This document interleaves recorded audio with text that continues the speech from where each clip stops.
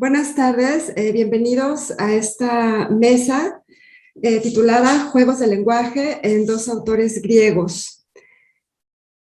Participará la doctora María Teresa Galaz Juárez con la conferencia titulada Los Juegos de la Palabra en la prosa jurídica de Iseo.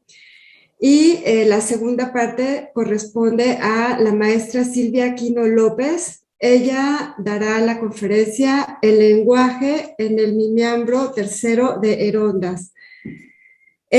Distribuí 20 minutos y los 5 minutos restantes serán para preguntas, sugerencias, diálogo, en fin. Cedo la palabra, doctora. Gracias, Claudia. Muchas gracias. Mucho gusto de estar aquí con ustedes.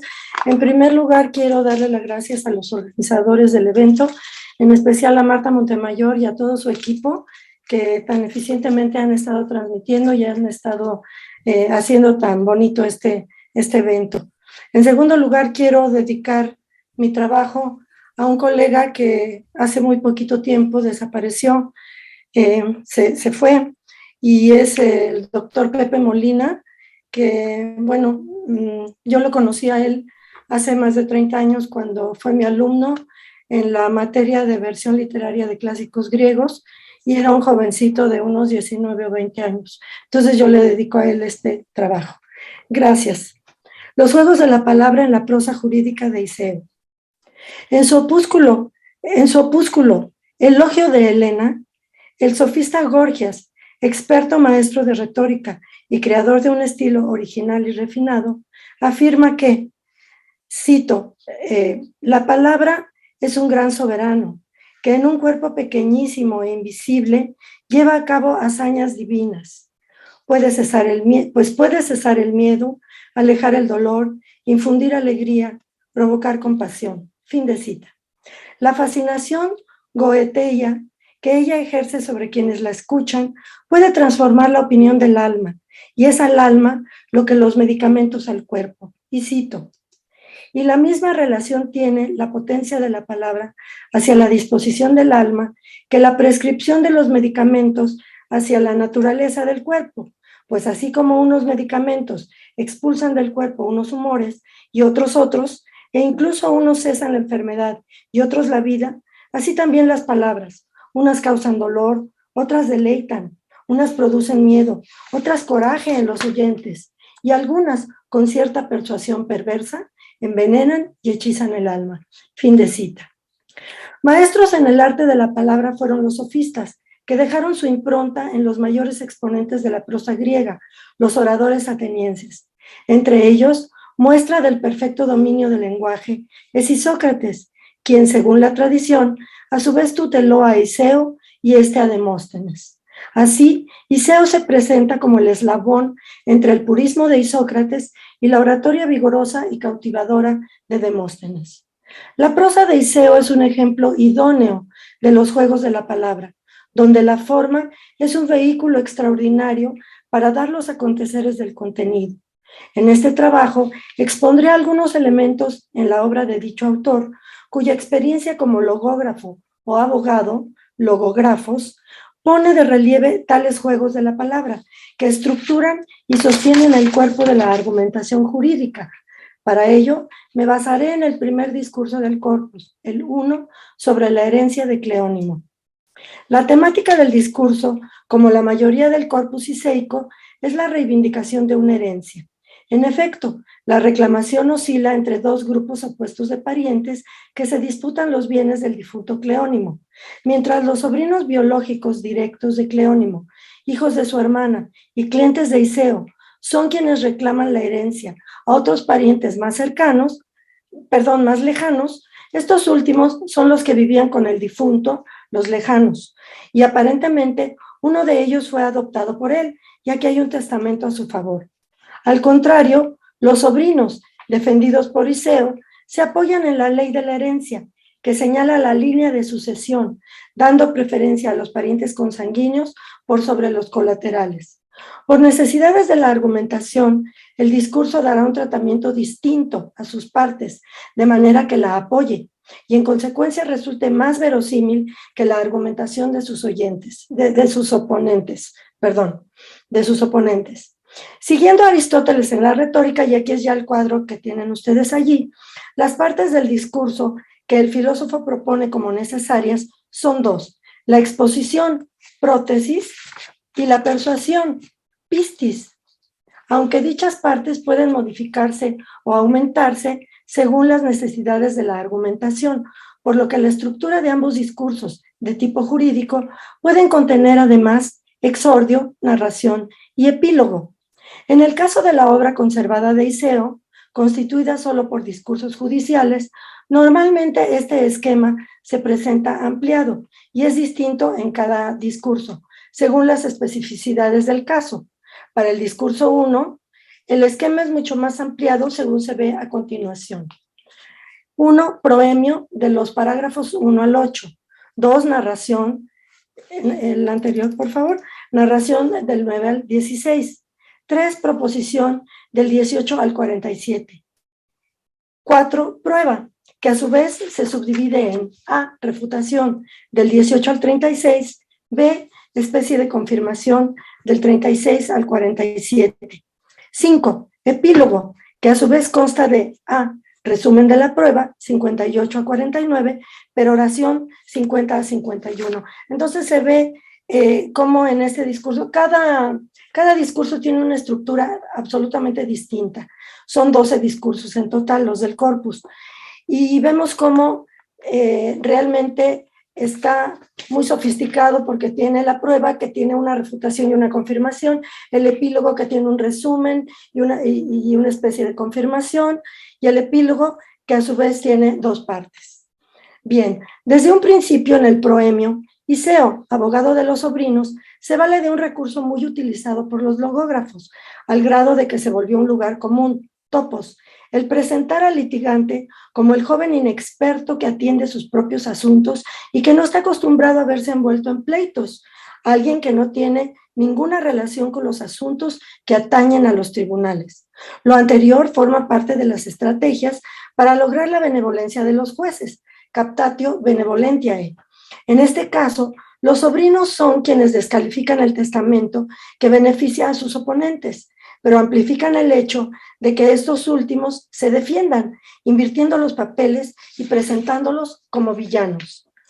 Y cito: ahora bien, con tantos argumentos a nuestro favor, ¿no? Es el anterior, yo creo.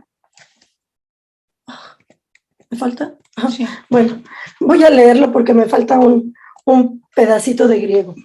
Ahora bien, con tantos argumentos a nuestro favor, ellos, que son de la familia y que no pueden aducir ningún derecho, no se avergüenzan de promover un pleito en contra nuestra por estos bienes, por los que sería vergonzoso que litigara hasta quien no tiene ningún parentesco con nosotros.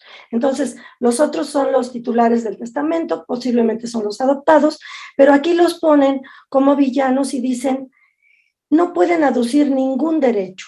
Y es una vergüenza que, siendo parientes, litiguen con nosotros, que litigara hasta quien no tiene ningún parentesco con nosotros. Sigo. Fin de cita. Uno de los aspectos que soporta la argumentación es la construcción por verosimilitud. Este tipo de argumentos, en la época del principal comentador del orador, William Wise, en 1904, se denominaban construcciones ad absurdum. Hoy se las considera como un elemento del entramado de la parte de la prueba, donde se van destacando las posibilidades, donde se van descartando, no sé qué tengo hoy, leo muy mal, donde se van descartando las posibilidades de éxito de los adversarios y que constituyen verdaderos juegos de la palabra. Un ejemplo de lo anterior viene precisamente en la prueba, que en una estructura bastante complicada consta a su vez de un primer segmento, donde los sobrinos refutan el testamento presentado por los parientes colaterales, y un segundo segmento en el que confirman su preeminencia a causa de su parentesco más cercano con el difunto. En este último punto, el logógrafo da por sentada la cercanía del parentesco y abunda retóricamente en el asunto sin citar leyes, sino tomando lo que del discurso contrario se puede decir en favor de sus clientes, sobrinos de Cleónimo. Enseguida, Iseo presenta un planteamiento hipotético, el ad absurdum de Weiss, donde se habla de las obligaciones familiares que tendrían los sobrinos para con su difunto tío y su igualmente difunto abuelo, en situaciones totalmente irreales e imposibles de suceder, puesto que ambos protagonistas ya están muertos. Y aquí sí refiere leyes. Afirman los sobrinos ante los jueces que, y cito, por otra parte, si Poliarco, padre de Cleónimo y abuelo nuestro, estuviese vivo y se encontrara falto de lo más indispensable, o si Cleónimo mismo hubiese muerto, dejando hijas sin recursos, por las leyes del parentesco, estaríamos obligados a mantener al abuelo en la ancianidad, así como tratándose de las hijas de Cleónimo, a tomarlas nosotros mismos como esposas, o bien a darles dote y entregarlas en matrimonio. Tanto los lazos familiares como las leyes y la deshonra que ustedes nos infligirían, nos obligarían a hacerlo, so pena de incurrir en los más graves castigos y en la más extrema repulsa. El argumento de las obligaciones imaginarias, que para Weiss y otros autores era el ad absurdum, funda sus pretensiones en obligaciones que en la realidad los sobrinos de Cleónimo no tienen, puesto que ni Cleónimo ni su padre viven, ni jamás existieron las supuestas hijas de Cleónimo, que era soltero y sin hijos. Sin embargo, dicho argumento es utilizado para reforzar las aspiraciones de los mencionados sobrinos con el argumento de las obligaciones explícitas y por consiguiente de los derechos implícitos de los parientes más cercanos. A lo largo del discurso se abunda en la relación tan cercana, tanto del parentesco como de amistad con el difunto, y rivalizan los sobrinos en demostrar que los quería más a ellos para desacreditar la adopción de alguno de sus adversarios, probabilidad alta, ya que eran con quienes Cleónimo vivía, los adversarios. En el plano de las figuras de pensamiento, entre los recursos que el autor utiliza para enfatizar su argumentación se encuentra la pregunta retórica. Cito un ejemplo. ¿Creen, pues, señores, que al estar en tal disposición hacia ambas partes, se habría portado tan mal con nosotros, a quienes tenía tanto cariño, como para no dejarnos ni siquiera un argumento de defensa, mientras que a nuestros adversarios, con algunos de los cuales estaba distanciado, habría buscado la forma de asegurarles toda su fortuna? Y que realmente los habría estimado más, pese a que subsistía esa enemistad, mientras que a nosotros, aunque hubiese tanta intimidad y afecto, más bien intentaría perjudicarnos. Fin de cita. En esta serie interminable de preguntas retóricas llama la atención la longitud de las cláusulas, que a su vez amplifican el asunto de la cercanía afectiva con el difunto. Otro ejemplo de la construcción por verosimilitud se encuentra en el epílogo del mismo discurso 1, que a pesar de su pequeñez consta de 2 segmentos.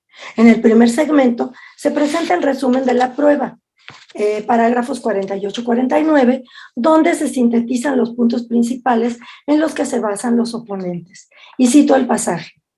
He aquí, entonces, los puntos principales de lo que he dicho, y en lo que es preciso que todos pongan atención.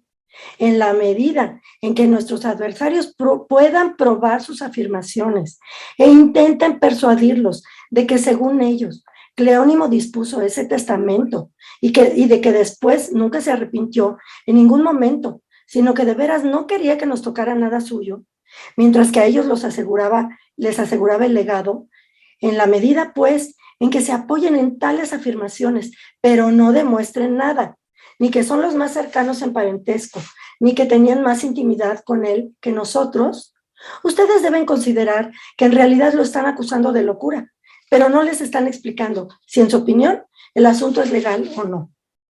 Puede verse cómo el orador añade hábilmente que en la medida en que se apoyen en tales afirmaciones, pero no demuestren nada, frase con la cual precisamente los sobrinos están anulando los probables argumentos de sus adversarios expresados un momento antes.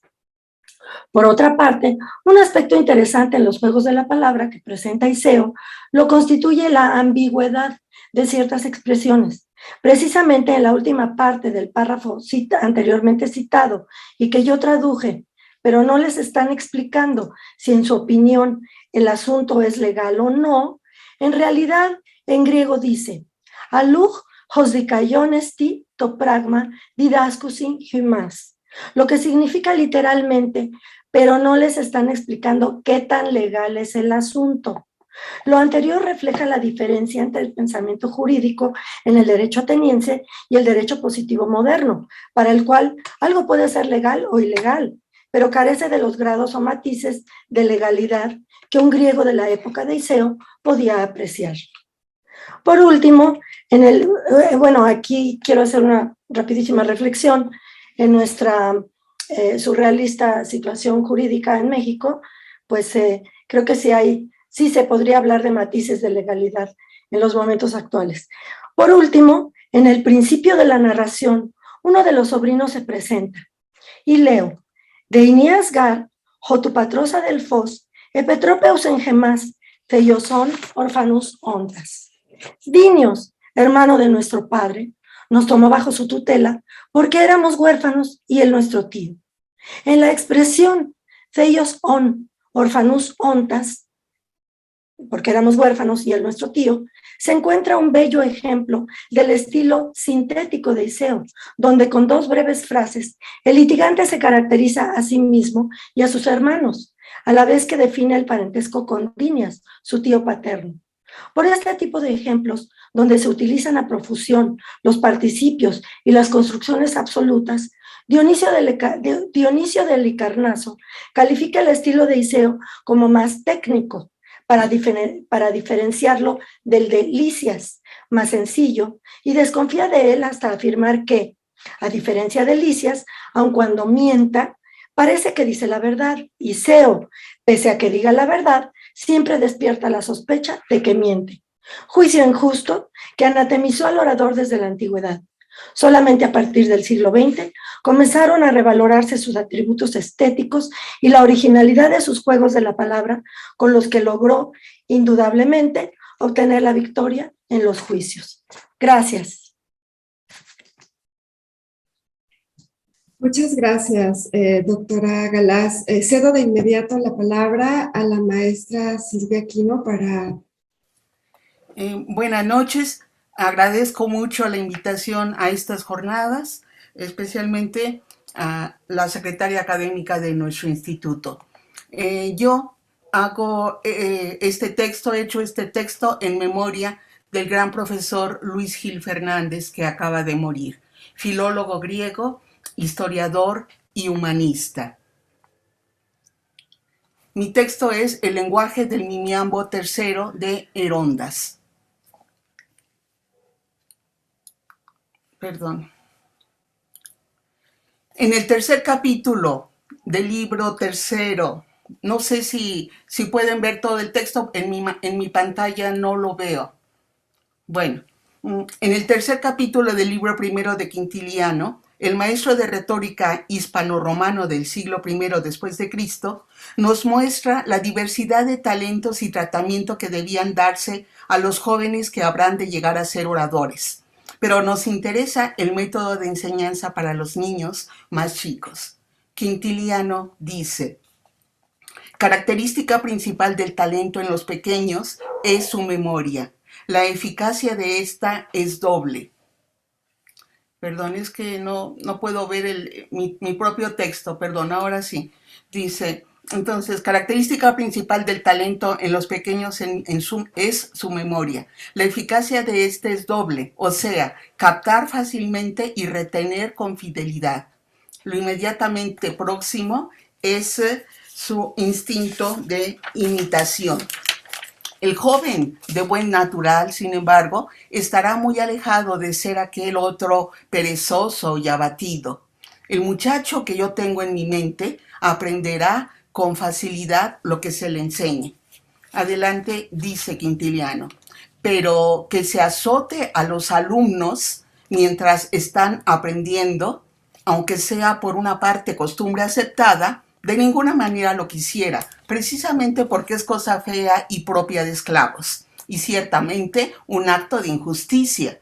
En segundo lugar, porque si hay alguien de tan vil carácter que no se corrija por medio de la represión, también se hará duro contra los golpes, como los más degenerados esclavos. Un poco más adelante, al inicio del capítulo 4, Quintiliano explica que en la educación del niño que tendrá adquirida la facilidad de escribir y de leer, tienen primera tarea los gramáticos. Ni hay diferencia alguna en habla de la gramática griega o de la latina, aunque para mi gusto debe comenzarse por la griega. En esta ponencia estudiamos los elementos fundamentales de la educación elemental en la antigüedad grecorromana.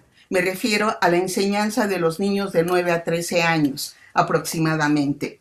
Después del paso de tantos siglos, hay elementos que subsisten incluso en la enseñanza actual.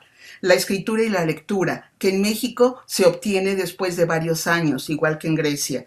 Interesante sigue siendo el aspecto de la memoria, o mnemosine, madre de las musas, así como los castigos corporales en las escuelas, que afortunadamente en los últimos tiempos se han considerado negativos en la enseñanza. La mayoría de los documentos que versan sobre la educación de la época helenística del siglo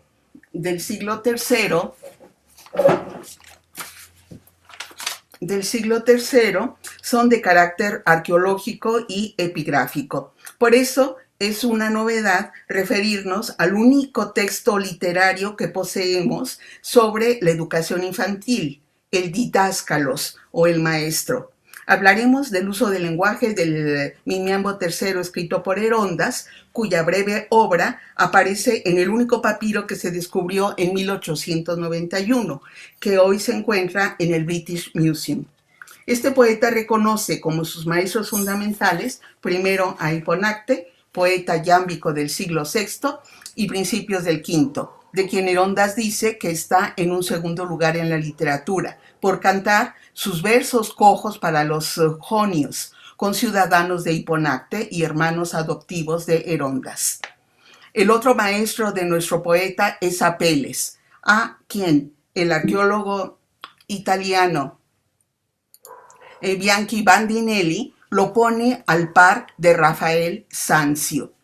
Apeles se distingue en la tradición grecorromana de la pintura por la luz, la forma y la textura de sus textos, de sus obras. Al mismo tiempo, siguiendo a Plinio, el pintor no idealiza a sus personajes reales, sino que los reproduce con una fidelidad en sus aspectos físicos y psicológicos, con una charis inconfundible. El tema. La situación que presenta esta obra, intitulada El Maestro, podría encontrarse en cualquier lugar y en cualquier época. El maestro es Lamprisco y la madre Metrotime. Ella está angustiada y defraudada en sus esperanzas de forjar un hijo instruido y útil para su vejez, por lo que ella se ve obligada a ir a la escuela a donde asiste su único hijo para enterar al maestro de las terribles travesuras del muchacho, que empiezan a ser ya prácticamente delictivas, deseando una firme corrección a través del castigo físico. Entonces, la finalidad de este mimo es la personificación de una mujer de escasos recursos que se encuentra en la necesidad de educar, sin la ayuda de su esposo, a su hijo ya rebelde e inquieto. Como sabemos, el sistema pedagógico helenístico llevaba entre 4 o 5 años para que los niños aprendieran a leer, escribir y contar. A menudo, la enseñanza era reiterativa, carente de sentido y sumamente pesada, como lo ha dicho Henri Marroux. Se haya estructurado en función de un análisis a priori puramente racional del objeto que ha de conocerse e ignora deliberadamente los problemas de orden psicológico que plantea el sujeto, esto es, el niño. La instrucción procede de lo simple en sí mismo a lo complejo, de lo elemental a lo compuesto. Era difícil también el asunto de la pronunciación y escritura de palabras inusuales o de frases que no ofrecían ningún sentido lógico y que se habían formado tomando en cuenta únicamente el grado de dificultad que tenían al escribirse o pronunciarse. Además, se recurría a la memorización de textos literarios que el niño ni siquiera comprendía. De manera que un niño inquieto y sin control familiar no aprovechaba las lecciones del maestro y sus útiles escolares le parecían como unos demonios que le hacían recordar a su maestro verdugo, así como las labores tormentosas a las que se sometía en la escuela. B. Nombres parlantes. Aquí tenemos unas imágenes que aparentemente podrían corresponder a lo que yo estoy diciendo. Los personajes de este mimo tienen nombres parlantes de carácter cómico y sarcástico, como lo es el mimo mismo. Así, el maestro Lampriscos, la raíz de esta palabra significa una lumbrera brillante que no se vislumbra a través de los 97 versos del mimo. Metrotime, el nombre de Metrotime, significa honra de la madre, pero el muchacho es más bien la deshonra de su madre. Y cótalo quiere decir el tonto, el testarudo, nombre muy apropiado para el niño. Cada personaje tiene situaciones muy graves, una esperanza perdida, una enseñanza por la obtención de dinero exclusivamente y un sinsentido de la escuela.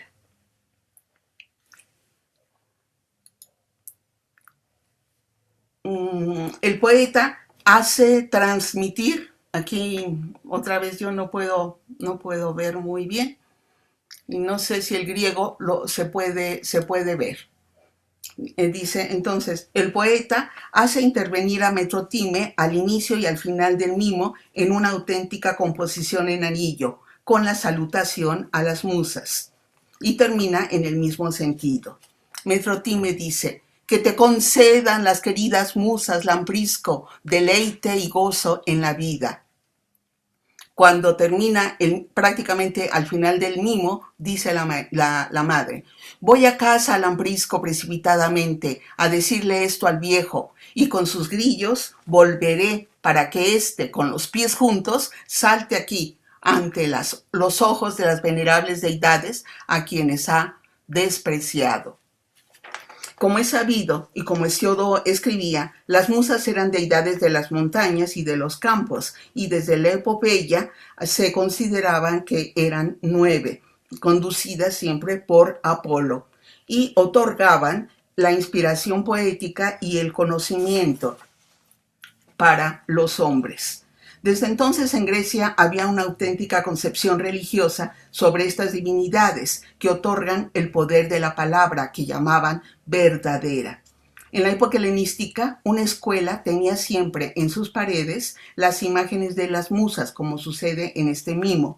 Metrotime, que es una mujer casi analfabeta, desea que su hijo venere a esas deidades, que para ella tienen un profundo sentido religioso popular, pues en su mente aprender a leer y a escribir resulta algo divino. Y siendo una mujer muy pobre, se esfuerza porque las deidades le otorguen por lo menos ese don de la lectura a Cótalo. Con ello, su hijo podría defenderse en la vida. Tenemos aquí también una imagen griega sobre el asunto y las 9 musas en este momento. Vamos hacia el objeto, Deltos, el cuaderno de Cótalo. En este mimiambo, Metrotime parece relativamente joven y describe al marido como anciano que está enfermo de los oídos y de los ojos.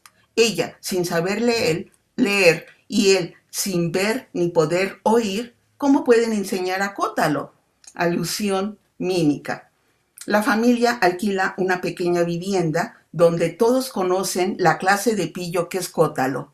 Solo a través de lo que Metrotime dice y cómo lo dice conocemos al niño. A través de sus expresiones, sabemos que ella piensa y siente en función de su propia y mínima familia. En efecto, en 54 versos nos presenta la situación desesperante de la pobreza en su casa a causa del despilfarro, las travesuras y la colegiatura que tiene que pagar mensualmente a la escuela. En llambo escasonte y en un vocabulario referencial a los objetos cotidianos de la casa, se expresa Metrotime. El muchacho se va a jugar a la moneda, conoce el garito mejor que la escuela, pero lo más terrible para la madre es la infeliz Deltos, la tablilla. Y dice, y la infeliz tablilla, la que yo me canso de encerar cada mes, huérfana yace al pie de la cama junto a la pared. Mas si acaso la toma el hijo, mirándola como a Hades, no escribe nada bonito, sino que toda la raspa. Pero los dados, mucho más lustrosos que nuestra aceitera, usada para todos en sus talegas y saquitos, yacen. El cuaderno o tablilla en griego se le nombraba deltos, porque en sus inicios tenía la forma de la letra delta. Era una tablilla de madera, seguramente de una sola hoja, que tenía un bastidor para proteger los bordes, como se puede observar. Metrotime mensualmente la enceraba con una capa fina de cera de abeja. Dicha actividad la expresa la madre con las palabras. Aquí es un ejemplo de cómo se podía escribir allí. Perdón, es que no tengo aquí mi documento. Sí, perdón, está aquí. Dice, entonces, ella con las palabras camno querusa, en el primer verso, ego camno querusa, jecusas menos. Dice, giro homérico, aliterante, que una mujer analfabeta no podría haber recordado. Resulta una ironía del poeta. El objetivo era que Cótalo practicara su ortografía con un stilete, que es el que se presenta aquí, y luego aquí se ve cómo se podía escribir, que era el objetivo fundamental de los 4 años de Cótalo que tenía que realizar. El tono trágico de los versos señalados es evidente cuando ella señala que la tablilla queda como huérfana, pues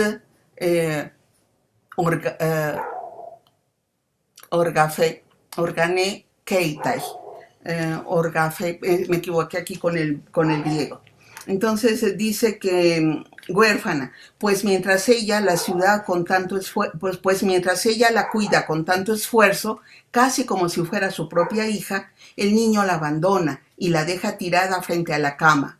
Pro tes jameunes, como aparece también aquí en el texto, donde el vocablo cama se refiere a una cama paupérrima y en diminutivo aparece en un fragmento del paupérrimo Hiponacte, el maestro literario de Herondas. Esto es una alusión poética que solo un filólogo helenístico podría comprender.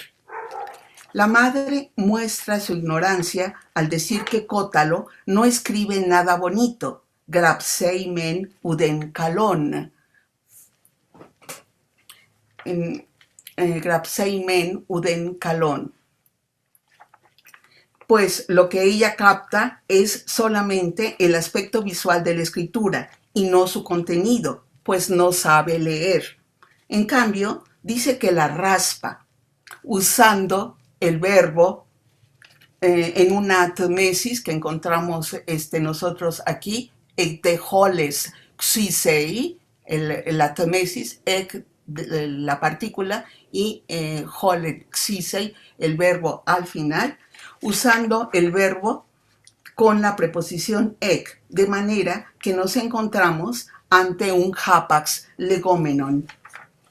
Además, a Cótalo ya no le gusta jugar como a otros niños, con los astrágalos o tabas, como aparece aquí en estas imágenes Y en este lugar, esto también aparece en Capua, en la zona de Capua, estas tabas, con niñas que también jugaban así. Entonces, Cótalo ya no le gusta jugar con los astrágalos o tabas. Lo que sí gusta, lo que sí cuida son sus dados, dorcalides, dorcalides, palabra que en realidad es un verdadero, perdón, darcalides, es que no veo yo aquí todo el texto, palabra que en realidad es un verdadero hapax semántico y significa exactamente cuernos de gacela, con los que Cótalo hace apuestas entre esclavos fugitivos y cargadores. Por andar apostando, dice la madre, ya saqueó el techo y se lanza a cosas peores. De las letras ni siquiera distingue la alfa y se arrepiente de mandarlo a la escuela cuando debía estar apacentando asnos. Cuando cuando lo regañan por no estudiar, huye de casa y se va con la abuela y la trasquila, o se sube al tejado como si fuera un monito encorvado. Además, destroza el techo que en el invierno ella debe pagar. En fin, Cótalo vive estúpidamente. Y lo peor es el pago mensual en la escuela, aparte de las fiestas a las que se debía contribuir económicamente, porque el muchacho solo piensa en las fiestas cada vez y no ir a la escuela. El otro elemento que vamos a contemplar ahora es esto. Después de esta larga resis tragicómica entre los agresivos que sufre Metrotime por su hijo, y sin poderlos mencionar todos en este momento, vamos al castigo. Metrotime pide al maestro, es decir, a mi hijo, pélale la espalda hasta que su alma quede abandonada en sus labios, la malvada.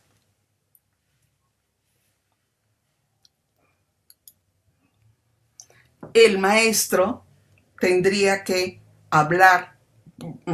llamar a tres alumnos, a Eutío, a Cócalo y a Filo, y le pide lo siguiente: no lo levantarán pronto sobre la espalda, esperando mostrarlo a la luna de acceso. Alabo, Cótalo, las cosas que haces. Ya no te basta jugar con los dados un instante, igual que estos, sino que vas y vienes al garito, jugando entre los cargadores a la moneda. Yo te pondré más sosegado que una muchachita, sin que muevas paja, si esto en verdad te agrada. Esta es una imagen del siglo XVIII en donde todavía aproximadamente se golpeaba a los niños. Aquí hay un compañerito al que va a golpear el maestro. No sé si ustedes lo pueden ver porque tiene en la mano los instrumentos para golpearlo. Entonces el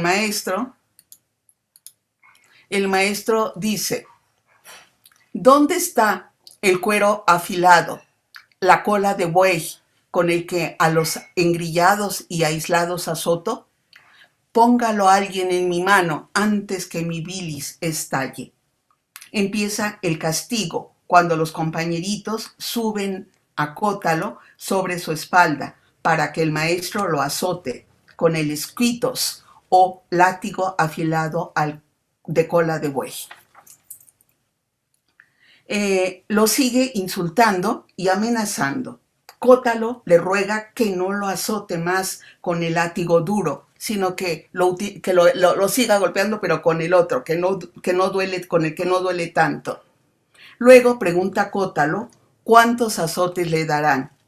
Lamprisco pregunta a la madre que cuántos azotes habría que dar. Y ella dice, Metrotime dice: «Alos eikosike kaien melei, autas ameinontes cleus anagnonai». Otros 20 de veras, y quizá llegue a leer mejor que la misma Clío. Después de tan fuerte golpiza, Cótalo, desfalleciente, pide que por favor no lo maten, pero Mirotime insiste en azotarlo hasta que se ponga el sol. Hasta que se ponga el sol, incluso dice. El muchacho jura que ya no hará nada malo, invocando en ese momento ya a las musas queridas.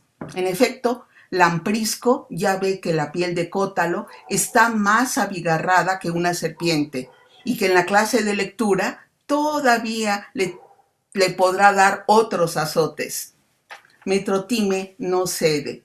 Dice, otros 20, de verdad, y quizá llegue a leer mejor que la misma Clío, que es el texto que había yo dicho. Termina el castigo y Cótalo sale de la escuela a hacer más travesuras. La madre no queda del todo convencida y promete regresar con su hijo engrillado para obtener su castigo. Aquí lo que tenemos es una tablilla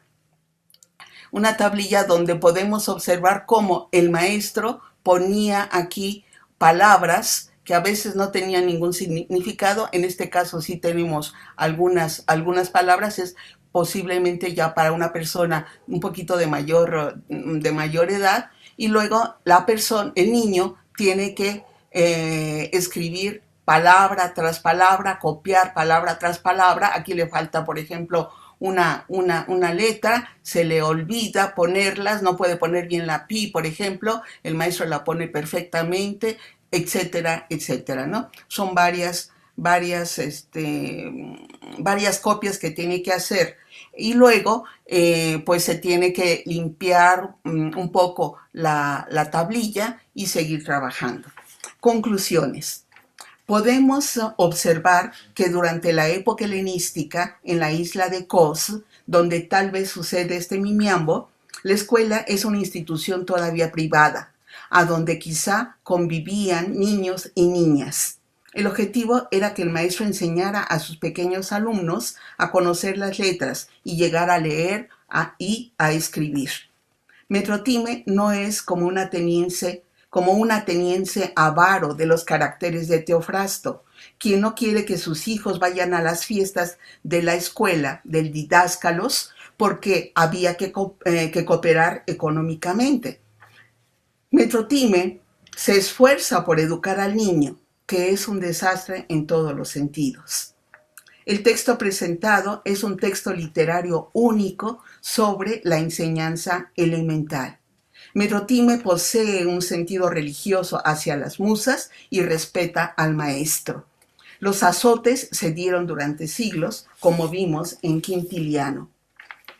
La crueldad hacia los niños la observamos todavía en la frase popular, la letra con sangre entra. Finalmente, hemos visto de manera escueta un pequeño sketch escrito con palabras muy expresivas de la vida común y corriente del siglo III y palabras tomadas de la literatura de muchos siglos anteriores a la época en la que sucedió este texto y en donde surgió, es decir, el siglo III a.C., surgió el concepto mismo de la filología clásica.